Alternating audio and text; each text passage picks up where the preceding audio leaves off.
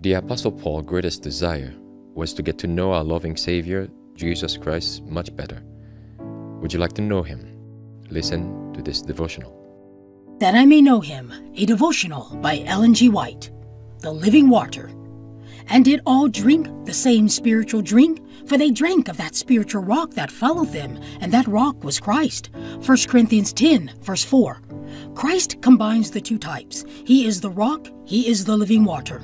The same beautiful and expressive figures are carried throughout the Bible.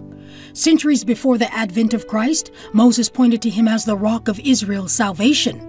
The psalmist sung of him as my Redeemer, the rock of my strength, the rock that is higher than I, a rock of habitation, rock of my heart, rock of my refuge. In David's song, his grace is pictured also as the cool, still waters amid green pastures, beside which the heavenly shepherd leads his flock. Again, thou shalt make them, he says, drink of the river of thy pleasures, for with thee is the fountain of life. And the wise man declares, the wellspring of wisdom as a flowing brook. To Jeremiah, Christ is the fountain of living waters. To Zechariah, a fountain opened for sin and for uncleanness. Isaiah describes him as the rock of ages and the shadow of a great rock in a weary land.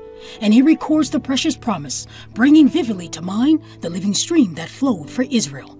When the poor and needy seek water, and there is none, and their tongue faileth for thirst, I, the Lord, will hear them. I, the God of Israel, will not forsake them.